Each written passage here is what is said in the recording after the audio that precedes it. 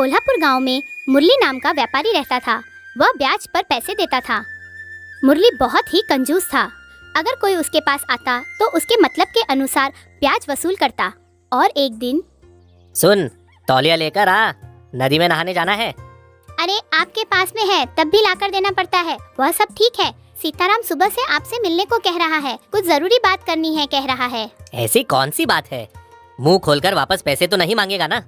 हर कोई आकर मेरे घर के पास खड़े रहेगा तो मैं किसके पास जाऊंगा? देखता हूँ आखिर क्या जरूरी बात है। अगर कुछ पैसे मांगे तो दे दीजिएगा, बेचारा हमारे खेतों में बहुत सालों से काम कर रहा है। पैसे वैसे मांगेगा तो मैं नहीं दूंगा। मुफ्त में संभाल रहा है क्या? उसके पेट के लिए हमारे खेतों को उसने किराए पर ले रखा है। तू सभी को मेरे पीछे लगवाकर हमारी पूरी जायदाद धीरे धीरे खत्म करने पर लगी हो। ठीक है, मैं जाकर नदी में नहाकर आता हूँ।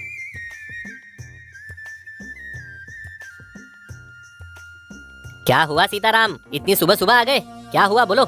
मालिक, मेरी पत्नी की सेहत अच्छी नहीं है मालिक। गांव के वैद्य को दिखाया तो शहर ले जाने के लिए कह रहे हैं। अगर शहर जाना हो तो बहुत पैसे खर्च होते हैं। आप 50 सिक्कों की मदद करोगे इसलिए आया मालिक। कुछ मदद कर दीजिए मालिक। क्या 50 सिक्के? इतनी बड़ी सहायता मुझसे नहीं होगी। वैसे कितने बार तुझे पैसे दूंगा बोल? पिछली बार दिया हुआ पैसा अब तक तूने वापस नहीं लौटाया। मेरे पास नहीं है, लेकिन किसी और के पास जाकर मांग चल। मालिक, आपके अलावा गांव में मेरी सहायता और कौन करेगा बताओ? आपको ही कुछ करना होगा, नहीं तो मेरी पत्नी मर सकती है।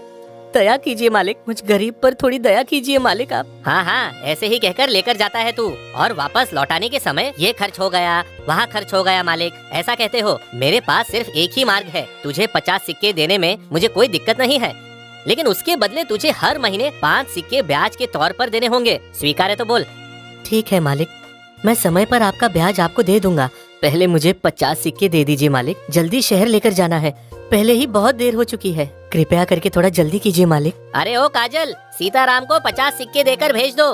मालकिन से कह दिया है, तुम लेकर चले जाना, ठीक है? हाँ।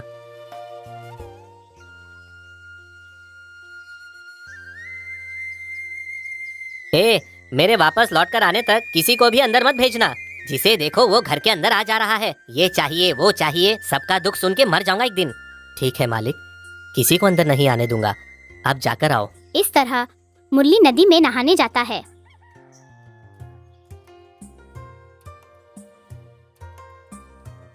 नदी में नहाते समय 3 बार डुबकी लगाने के बाद सूर्य नमस्कार करता है।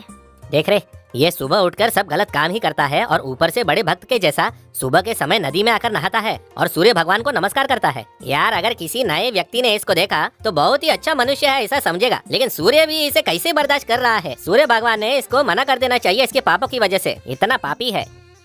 मुरली, देख तेरी वजह से लोग मुझे बुरा कह रहे हैं।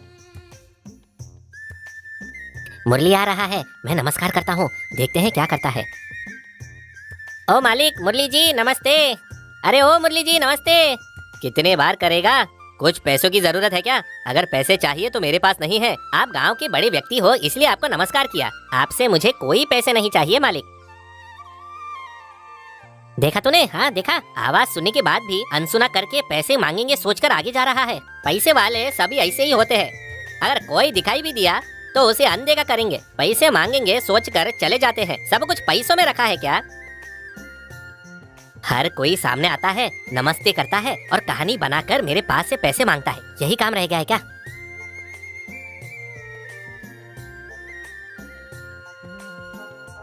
ए, रुक रुक, कहाँ जा रहा है? चल जा, इस तरफ मत आ। क्या रे, पागलों जैसी बातें कर रहा है? पागल हो गया है क्या? किसी को भी घर में मत आने देना कहा तो मुझे ही घर में नहीं आने देगा? चल हट बाजू। कौन रे पागल? अंदर जाकर मेरे मालिक का पूरा पैसा लूटने की सोच रहे हो और ऊपर से मेरे मालिक की तरह हूबहू तैयार होकर आते हो। मैं तैयार होकर क्यों आऊंगा? तू सच में पागल हो गया है क्या? मेरे जाने के बाद तेरे सर पर जोर से नारियल गिरा था क्या? हाँ? ज्यादा नाटक मत कर, इधर से जाता है या नहीं, या फिर मार खाएगा? हाँ? मुझे मारेगा तू? तुझे इसी समय काम पर से निकालता हूँ। चल जा इधर से, जाकर भटकते रहे जा। मुझे काम पर से सिर्फ मेरे मालिक निकाल सकते हैं, वो अंदर ही है। मुझे फिर से पागल कहा तो तुझे कारागार में डाल दिया जाएगा। अब चुपचाप निकल यहाँ से, नहीं तो सच में कारागार में डाल दूंगा। चल निकल। क्या तुम्हारे मालिक घर में हैं? मैं उनके भेष में आया हूँ। कहाँ है तुम्हारे मालिक? बुलाओ उन्हें जरा। उसे और तुझे एक ही बार में देख लूंगा। गुस्से में कहोगे तो लाभ नहीं होगा। रुको। मालकिन, ओ मालकिन। क्या हुआ श्याम, क्यों इतना जोर जोर से चिल्ला रहे हो? क्या हुआ? देखो मालकिन, ये मालिक का भेष बनाकर अंदर घुसकर हमें धोखा देने का प्रयास कर रहा है और ऊपर से मुझे पागल कह रहा है। ए, कौन है रे तू? बहरूपिया मेरे पति के जैसा भेष बनाकर आए हो? अरे ये क्या हुआ तुम सभी को? एक क्षण में ऐसा बदल गए। सुबह मेरे जाते वक्त तुम सभी ठीक थे। मैं कौन हूँ, मुझे पहचाना नहीं? मैं मुरली हूँ, तुम्हारा पति। क्या तुम मेरे पति हो? तुम भेष बदल कर आए हो? मैं पहचान नहीं पाऊंगी मेरे पति को। मेरा पति मेरे घर में है। कौन है वो? किधर है? एक बार बुलाओ उसे। मेरे भेष में आकर वही तुम्हें धोखा दे रहा है। बुलाओ उसे। ठीक है, रुक जाओ। ओ जी, एक बार यहाँ आओ तो। यह कोई धोखेबाज लग रहा है। कौन है रे तू? किधर से आकर मेरी पत्नी को तेरी पत्नी कह रहा है? हाँ, वैसे ही मैं इतना परेशान हूँ और तू भी आ गया पैसे चुराने। हाँ हाँ, तू मेरे भेष में आकर मेरे घर वालों को धोखा दे रहा है और दिखने में हूबहू मेरे जैसा है। अच्छा रूप धारण किया है तूने। प्यार से यहाँ से जाता है या नहीं? जो बात मुझे कहनी है वो तू कह रहा है। तेरा नाटक बंद कर। यहाँ से जाता है या नहीं? काजल, तुम तो मेरा विश्वास करो, मैं ही तुम्हारा असली पति हूँ। ये एक धोखेबाज है। पहले उसे यहाँ से जाने के लिए कहो, नहीं तो ये हमें भिखारी बना देगा। तू ही धोखेबाज है। मेरे पति के बारे में मुझे समझाने की जरूरत नहीं है। तू यहाँ से जाता है या नहीं, या फिर गांव के सरपंच से तुम्हारी शिकायत करूँ? तू क्या मेरी शिकायत करेगी? मैं ही जाकर गांव के सरपंच से शिकायत करता हूँ। अभी इसी समय करता हूँ। हाँ हाँ, जा जा। अगर उनके पास तू गया तो वो तुझे जरूर कारागार में डाल देंगे। हाँ हाँ, मैं भी देखता हूँ हम दोनों में से कौन कारागार जाएगा। तभी मुरली वहाँ से गांव के सरपंच के पास जाता है। सरपंच जी, कोई अनजान व्यक्ति हूबहू मेरे जैसा भेष लेकर मेरे घर में रह रहा है और ऊपर से कह रहा है कि वो मुरली है। वहाँ जो कुछ भी घटना घटी वह सब सरपंच को बताता है। चलो ठीक है मुरली जी, चलते हैं। तभी सरपंच मुरली के साथ जाकर घर के अंदर के मुरली को बाहर बुलाते हैं और कहते हैं, ये देखिए, यही मेरा भेष लेकर इन सभी को धोखे में डाल रहा है। मुझे लगता है इसका उद्देश्य मेरी जायदाद लेना है। इसकी इतनी हिम्मत जो मेरे जैसा भेष लेकर आया है और ऊपर से मेरी शिकायत आपसे कर रहा है। चाहे कुछ भी हो जाए, इसे शिक्षा तो देनी ही होगी। हाँ सरपंच जी, यही मेरे पति हैं। यह कोई बहुत बड़ा धोखेबाज लग रहा है। सरपंच जी, ये कोई बहुत बड़ा धोखेबाज है और हाँ, ऊपर से हम सभी लोगों को पागल कह रहा है। क्या है ये, मुझे विश्वास नहीं हो रहा। दोनों हूबहू एक जैसे हैं। ये तो बड़ी मुसीबत है। अभी तुम दोनों की परीक्षा लेता हूँ। इसमें जो कोई सही जवाब देगा वही असली मुरली है। क्या आप दोनों को स्वीकार है या फिर दोनों को ले जाकर बंद कर दूं? मुझे स्वीकार है। आप कोई भी प्रश्न पूछो, मैं उसका सही जवाब जरूर दूंगा। मुझे भी स्वीकार है, पूछो जल्दी। ठीक है, फिर तो मुझे ये बताओ, तुम्हारे घर में कौन सी चीज कहाँ है और उसमें कितने पैसे हैं? सही बताना। अगर जो कोई गलत जवाब देगा वो नकली मुरली होगा। मेरे कान में आकर कहो।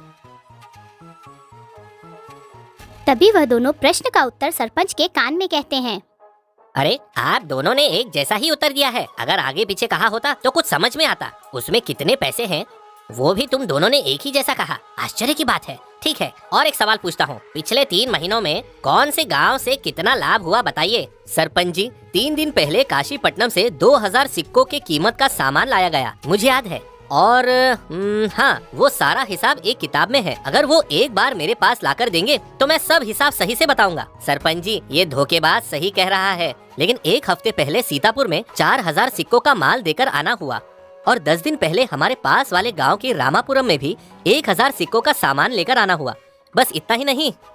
तभी जमींदार के रूप में जो मुरली है पिछले 3 महीनों के व्यापार और लाभ के बारे में पूरी तरह सरपंच को बताता है।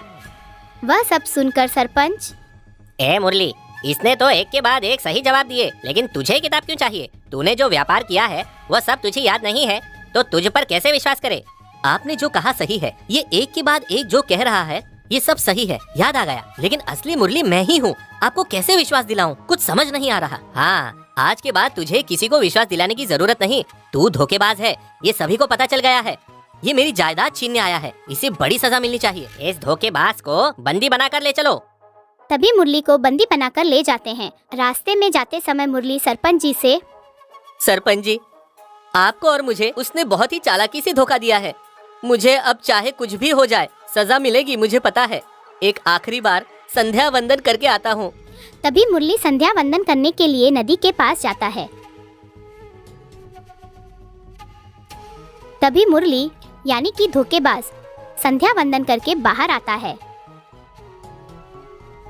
क्या रे, मुझे और मेरे परिवार को धोखा देकर अब सूर्य भगवान को धोखा देने आया है, बेशरम कहीं का। और नहीं तो क्या, तू जो रोज करता है वो भी तो धोखा है। तू सिर्फ सूर्य को नहीं, गरीब और गांव के लाचारों को भी धोखा देता है। उनसे ज्यादा ब्याज लेकर पैसे ठूस रहा है और व्यापार भी बेईमानी से कर रहा है। ये सब धोखा नहीं है तो क्या? और लोगों का मान सम्मान भी नहीं करता। तू जो कर रहा है क्या तुझे अच्छा लगता है?